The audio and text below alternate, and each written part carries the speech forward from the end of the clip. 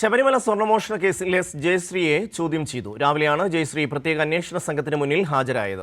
2019-ൽ Devaswom board സെക്രട്ടറിയായിരുന്നു Jayashree. അതേസമയം D മണിക്ക് Sabarimala സ്വർണ്ണമോഷണത്തിൽ ബന്ധമില്ലെന്ന് SIT report നൽകി. സുപ്രീം കോടതി അറസ്റ്റ് തടഞ്ഞ സാഹചര്യത്തിലാണ് ജയശ്രീ SITക്ക് മുന്നിൽ ഹാജരായത്. ഈഞ്ചക്കൽ ക്രൈംബ്രാഞ്ച് ഓഫീസിലാണ് നിർണായകമായ ചോദ്യം ചെയ്യൽ നടന്നത്.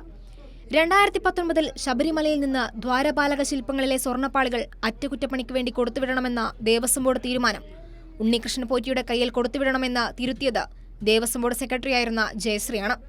പ്രത്യേക അന്വേഷണ സംഘം ചോദ്യം ചെയ്യലിന് ഹാജരാകണമെന്ന് ജയശ്രീയോട് ആവശ്യപ്പെട്ടിരുന്നെങ്കിലും ആരോഗ്യ പ്രശ്നങ്ങൾ ചൂണ്ടിക്കാട്ടി സമയം തേടി. കൂടാതെ മുൻകൂർ ജാമ്യം തേടി കോടതിയെയും സമീപിച്ചു. ജയശ്രീയുടെ മൊഴി കേസിൽ നിർണായകമാകും. അതേസമയം ഡി മണിക്ക് ശബരിമല സ്വർണ്ണമോഷണത്തിൽ ബന്ധമില്ലെന്ന് SIT വ്യക്തമാക്കി. ഹൈക്കോടതിയിൽ നൽകിയ റിപ്പോർട്ടിലാണ് SIT ഇക്കാര്യം അറിയിച്ചത്.